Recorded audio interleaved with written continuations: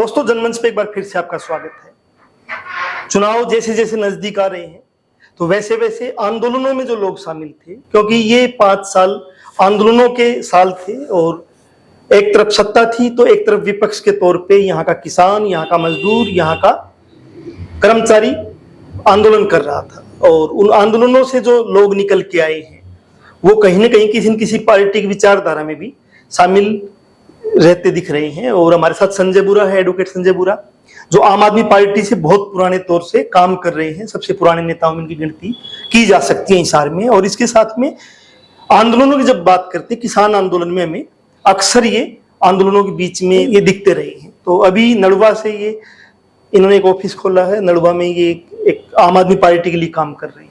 तो क्या इसका रूप रहेगा, इसके बारे में बात करें। नमस्कार सर। नमस्कार सर, आपके सभी दर्शकों को नमस्कार।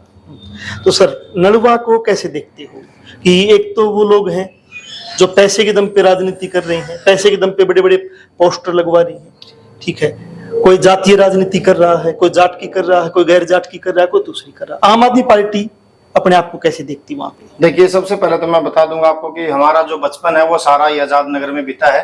हम यही डैफोडिल स्कूल के स्टूडेंट रहे हैं और उषा गोस्वामी स्कूल के स्टूडेंट रहे हैं। और अब धीरनवास में विकास डिफेंस स्कूल है, उसका हम ग्रामीण क्षेत्र में प्रयास कर रहे हैं कि प्रतिभाओं को, गांव की प्रतिभाओं को हम निखार सकें। और उसी कड़ी में हम विकास डिफेंस स्कूल धीरनवास में चला रहा हूं साथियों के सहयोग से। और जैसा आप तो कई बार आए हो, वहाँ जितना भी किसान संघर्ष चला और सभी की मीटिंग वहाँ होती रही है। और भी बहुत सी, जो भी, चाहे वो कर्मचारियों का कोई संघर्ष हो, विद्यार्थियों का कोई संघर्ष हो, छात्रों का संघर्ष कहीं भी, और खासकर किसान आंदोलन, खासकर बालसमंद तहसील का जो किसान आंदोलन था, या हमारे हिसार कोर्ट का जो भी सचिवालय के सामने जब भी धरने लगते थे, या जो भी किसान का संघर्ष रहा है, हमने जितना भी हमसे हो सका, एक पार्टी पदाधिकारी के तौर पे भी और एक व्यक्तिगत तौर पे भी, किसान होने के नाते, किसान का बच्चा होने के नाते, हमने हर जगह कोशिश करी कि अपना थोड़ा बहुत योगदान हम दे सकें, वो हमने दिया है।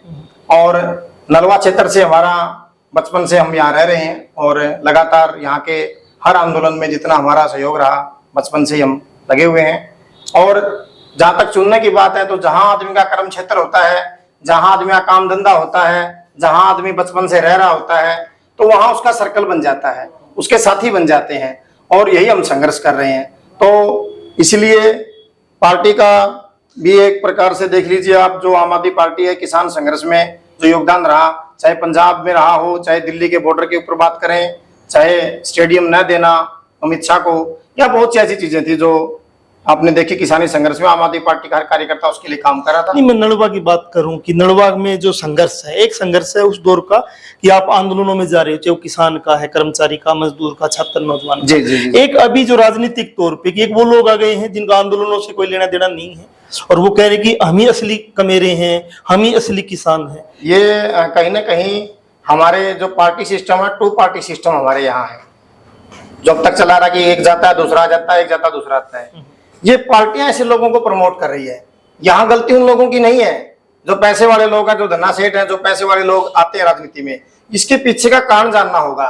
इसके पीछे का कारण ये कि जो ये बीजेपी जैसी पार्टियां और कांग्रेस पार्टी भी अब शामिल हो गई उसमें, ये बड़े बड़े पैसे वालों को टिकट देती है, बड़े बड़े होल्डिंग वालों को टिकट देती है, आम किसान कमेरे को टिकट नहीं देती, आम मजदूर के बच्चों को टिकट नहीं देती। तो जब ऐसे लोगों की पार्टियां प्रमोट कर रही है तो वो लोग तो आएंगे, उन्हें पता है कि पैसे देके टिकट मिल जाएगी, पैसे देके वोट खरीद लूंगा और एमएलए बन जाऊंगा। ये परिपाटी रिवायती पार्टियों ने बना रखी है। आम आदमी पार्टी इस रिवायत को तोड़ेगी, आम आदमी पार्टी इस परंपरा को तोड़ेगी और आम आदमी पार्टी एक आम परिवार के बच्चे को टिकट देगी। लेकिन संजय, लोगों का भी हम बात करें, लोग किस प्रकार एक माइंड बनाते हैं? लोग माइंड बनाते हैं कि एक प्रचार देख के, प्रचार ये है कि आप घर से निकले हो, एक फ्लैक्स मिल गया किसी नेता का, आगे चले एक फ्लैक्स मिल गया, आगे चले एक फ्लैक्स मिल गया, वो कहेगा इसकी दवा है। तो आम आदमी पार्टी के पास जो मैं देख रहा हूँ, आपको तो अच्छे से जानता हूँ, इतना पैसा नहीं है, वो उस प्रचार तंत्र को कैसे तोड़ पाओगे? आप बिल्कुल ठीक कह रहे हैं कि प्रचार प्रभाव डालता है, लेकिन अब जनता समझदार हो गई है। जनता को पता है कि जो फोटो में दिख रहा है वो 5 साल तक कहीं नहीं दिखेगा, वो ना आपकी गली में दिखेगा, ना आपके घर में दिखेगा। हम बेशक फोटो में न दिखें, लेकिन पब्लिक का जब भी दर्द होता है या कोई आंदोलन होता है या कहीं पर भी हमारी जरूरत होती है तो हम वहां पहुंचते हैं, हम वहां लाठियां खाते हैं, उनके लिए धरना देते हैं, उन लोगों की समस्या उठाते हैं। तो लोगों को ये पता है कि बेशक हम बड़े बड़े होर्डिंग्स पे नहीं है, लेकिन लोगों के घरों में जो समस्या है, लोगों की गली में जो समस्या है, वहां हम पहुंचते हैं। इस बात का लोगों को पता है। और अब की बार लोग यही बताएंगे कि बड़े बड़े होर्डिंग वाले नहीं, जो पब्लिक के बीच रहते हैं और पब्लिक के बीच रहेंगे, ये गारंटी देंगे, उन्हीं लोगों को अब की बार चुनेगी पब्लिक। हरियाणा के अंदर एक माहौल बना दिया गया, चाहे वो मीडिया की मार्फत बनाया गया हो, बड़े बड़े होर्डिंग लगा के मार्फत माहौल बनाया गया हो कि कांग्रेस आ रही है, बीजेपी जा रही है, कांग्रेस आ रही है। इससे पहले कांग्रेस को भगाने के लिए आंदोलन हुए, अब बीजेपी को भगाने के लिए आंदोलन हो रहे, कांग्रेस आ रही है। तो इसको कैसे देखते हो? या क्या कांग्रेस आ रही है या माहौल है हवा में? देखिए, आम आदमी पार्टी को कहां देखते हैं? देखिए, मैं पहले भी कह चुका हूं कि अब तक ये दो लोग आपस में खेल रहे थे, एक बार कांग्रेस, एक बार बीजेपी, एक बार कांग्रेस। अब की बार जनता ने एक विकल्प को देखा है, और विकल्प भी कोई कमजोर नहीं है। दिल्ली में लगातार 3 बार सरकार बना चुका है ये विकल्प। लगातार 10 साल से दिल्ली में जाके देखिए, कोई पेपर लीक नहीं, नौकरियां ही नौकरियां। इतना अच्छा दिल्ली का आप स्ट्रक्चर देखिए, आप दिल्ली का ट्रांसपोर्ट देखिए, आप दिल्ली के पार्क, सड़कें देखिए, वहां के राशन वितरण प्रणाली देखिए, किसान मजदूरों के हालात देखिए। और वैसा ही काम 2.5 साल से हमारे हरमन प्यारे भगवंत मान जी पंजाब में कर रहे हैं। 2.5 साल में 45,000 नौकरियां दी हैं, 21 टोल बंद किए हैं। हरियाणा में कोई एक टोल बता दीजिए। जो हमारे बहुत से जेजेपी के नेता कहते थे कि पहली कलम से हम टोल बंद करेंगे, 5 साल यहाँ मलाई खाई है हिसार में रह के, एक टोल बंद करके दिखा दें। हिसार से तो निकलते टोल, उधर निकले उधर टोल। चलो टोल की बात भी करेंगे। मैं एक बात पूछ रहा हूँ कि एक किसान आंदोलन हुआ, किसान आंदोलन के बाद पंजाब में चुनाव हुआ, और पंजाब में एक रिजल्ट आम आदमी पार्टी की तरफ आए, क्योंकि वहां कांग्रेस बीजेपी राज कर चुके थे, अकाली दल राज कर चुका था। हरियाणा में भी कई पार्टियां राज कर चुकी है, आम आदमी पार्टी हरियाणा के संदर्भ में अभी नहीं है। क्या लोग आप पे विश्वास जताएंगे? देखिए, आपको मैं बताऊं कि पंजाब के अंदर भी आखिरी के 2 महीनों में सारा माहौल बदला था। और आपको मैं बता दूंगा कि 10 से 15 दिन रुकिए आप। अभी हाल ही में आप देखिए, 11 तारीख को हमारे माननीय केजरीवाल जी, अगर वो परसों छोड़ जाते हैं तो खुद आएंगे नलवा में। और अगर ये बीजेपी सरकार उनको रोकने में कामयाब होती है तो हमारी सुनीता केजरीवाल जी हैं, वो 11 तारीख को हमारे नलवा हल्के में आ रही है, बंगाली में। उसके बाद आप माहौल चेंज देखिएगा।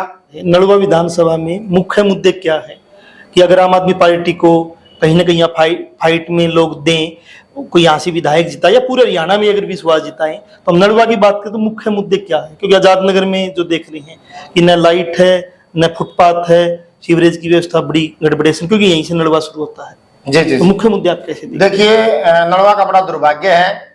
नहर से इधर का जो हमारा क्षेत्र है, चाहे वो आजाद नगर का क्षेत्र है जिसमें मैं बचपन से रहा हूँ, चाहे धीरणवास हो जहां मैं अब रह रहा हूँ, बड़ा दुर्भाग्य है कि नहर से इधर के एरिया को उधर वाले लोग ज्यादा कंसीडर नहीं करते।